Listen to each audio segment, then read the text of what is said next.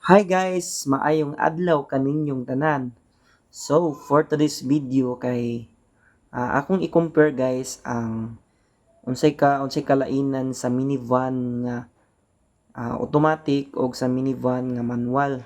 So, aha man mas okay drivean ang minivan ba siya nga manual or matic.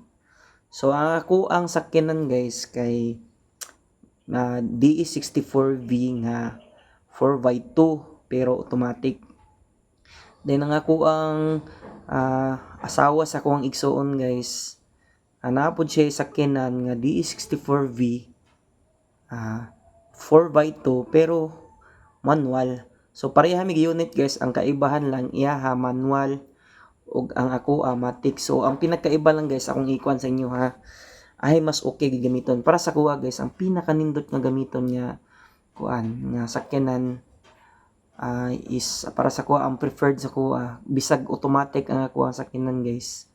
Para sa kuha okay gamiton ang manual kay ngano siguro kung nakabala mo kung hadapita ang huyuhoy, kung nakaanha na mo anang lugar dra, makita nyo dra nga grabe katangaso ng lugar dra guys. Mura po na siya, kumbaga mura na siya little bagyo ang Tangub City kanang huyuhoy.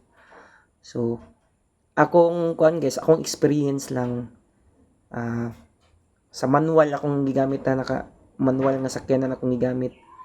Nakita nako guys nga ang manual nga sakyanan dito part sa huyuhoy tangason man jud kay to, kaya gikay niya kusog kay siya sa patangas guys. Samot na kung i-primera nimo maggamit kay og primera guys, katong pinaka part nga tangason ka didto kuan ra gito, dili gina ko i-full clutch gigayo ang di gina ko i-full accelerate bitaw ang iyang gasolina, katunga lang siya, kaya gikay niya. Di pareha sa kuang automatic guys nga 4x2 gyapon, same lang nga mo gamit kog lugger. Paminaw nako nga murag maalanganin ko sa iyang kusog kay dili gid siya ingong kusog jud kay mo hatak ang automatic.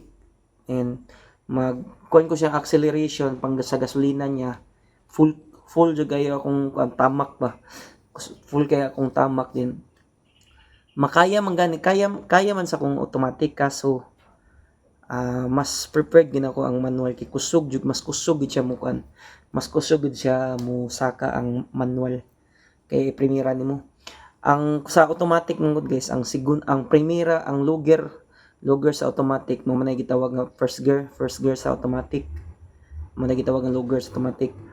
Ang lugger sa automatic mo na i-compare na ko mo na kumbaga segunda siya sa manual.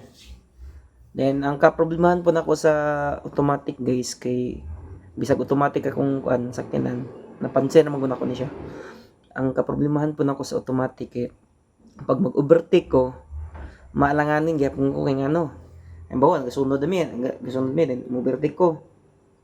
Pag once na kuan nakahinayak na kog ayo, imbis na dapat sutoy ng tandagan ako, magproblema ako kay ngano, kaya ang ako ang automatic na sakyanan mo automatic siya change gear. From siguro kung mga third gear mo change siya og fourth gear. So imbis na guston ta nako nga mulusok akong dagan, mamaalanganin ko, unless dili pareha sa manual guys nga halimbawa kung overtake ka mo segunda tresira, pag overtake mo tresira lang gid siya, tresira. Then dito na ka maka-change gear sa sa automatic man gud, automatic siya mo change gear ang automatic na sakyanan.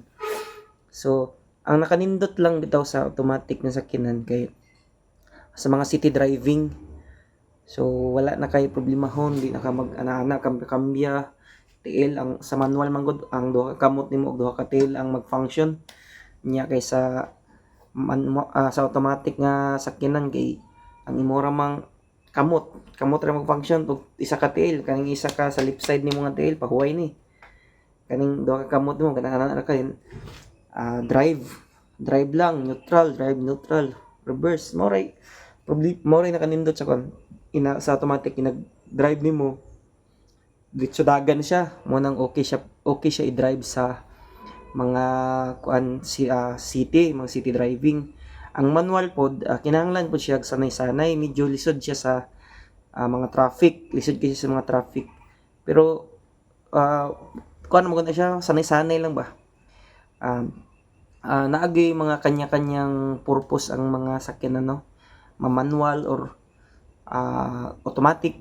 Pero para sa kuha guys, bisag automatic ang akong sakyanan, mas prepared na ko ang manual. So kamo dira guys nga nagbalak pod nga mopalit og minivan para sa kuha, depende na sa inyo kung ay mas okay sa inyo. Pero mao ra gini ako ang tinuod nga ma-review nako sa minivan nga 4x2 manual. Naka-drive man jud ko nanto D64B 4x2 og automatic ug manual. So mao to guys ang ako ang ma-share. Unta no, please follow, like, subscribe please subscribe my YouTube channel or sa Facebook mo na ko. Please follow, like and share my videos. So thank you so much guys.